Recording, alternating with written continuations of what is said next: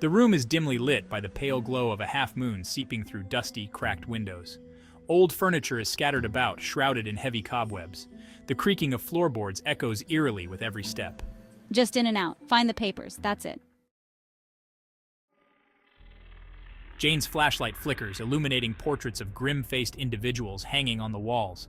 Her footsteps stir dust, and suddenly a faint whispering can be heard, low and unintelligible. Hello? No answer. The whispering ceases. Jane shakes her head and keeps walking, her shoes brushing against the dusty floor. Her flashlight sweeps over a grand piano in the corner, keys yellowed with age. Suddenly, one of the keys presses down by itself, making a single haunting note. What the hell? Jane climbs the rickety stairs. The whispering starts again, this time louder, but still indistinct. The hallway ahead is long, dim, and filled with peeling wallpaper and broken furniture. At the end of the hall, a door creaks open on its own. I'm losing it.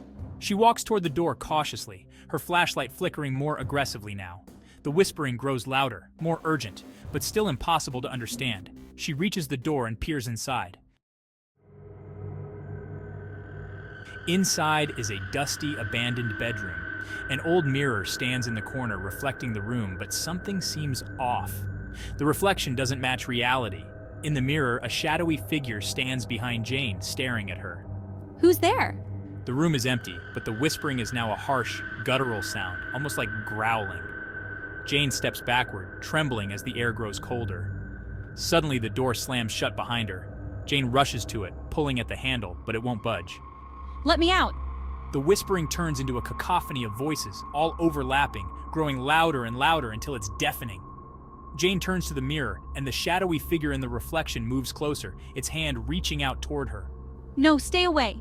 The figure's hand touches the surface of the mirror, and the glass begins to ripple like water. Jane, no, this can't be happening. Jane backs away, her breath coming in short gasps, as the figure starts to emerge from the mirror, its face obscured, but its presence overwhelming. Jane, please, no. Suddenly, the voices stop. Silence. The figure disappears back into the mirror, leaving Jane alone in the room, shaking. Jane, what was that? She cautiously approaches the mirror, staring at her own reflection, her breath ragged. Mirror Jane, you should have never come here. Jane's eyes widen in horror as her reflection grins back at her, a sinister, toothy smile spreading across its face. Jane, no. The mirror shatters, sending shards flying across the room as the door bursts open. Jane stumbles out, her breath heavy, heart racing. She runs down the hallway, but the house is shifting around her, the walls closing in. Jane, I have to get out of here. Jane reaches the front door, fumbling with the lock. The whispering returns, louder than ever, surrounding her from all directions. Jane, come on. She forces the door open and sprints outside into the night. Jane stands outside, panting, looking back at the house. It looms ominously, silent now, but the feeling of dread still clings to her. Jane, it's over. It's finally over.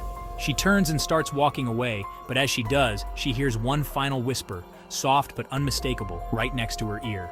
You'll be back. Jane freezes in terror, looking back at the house one last time before sprinting into the darkness. Fade out, the end.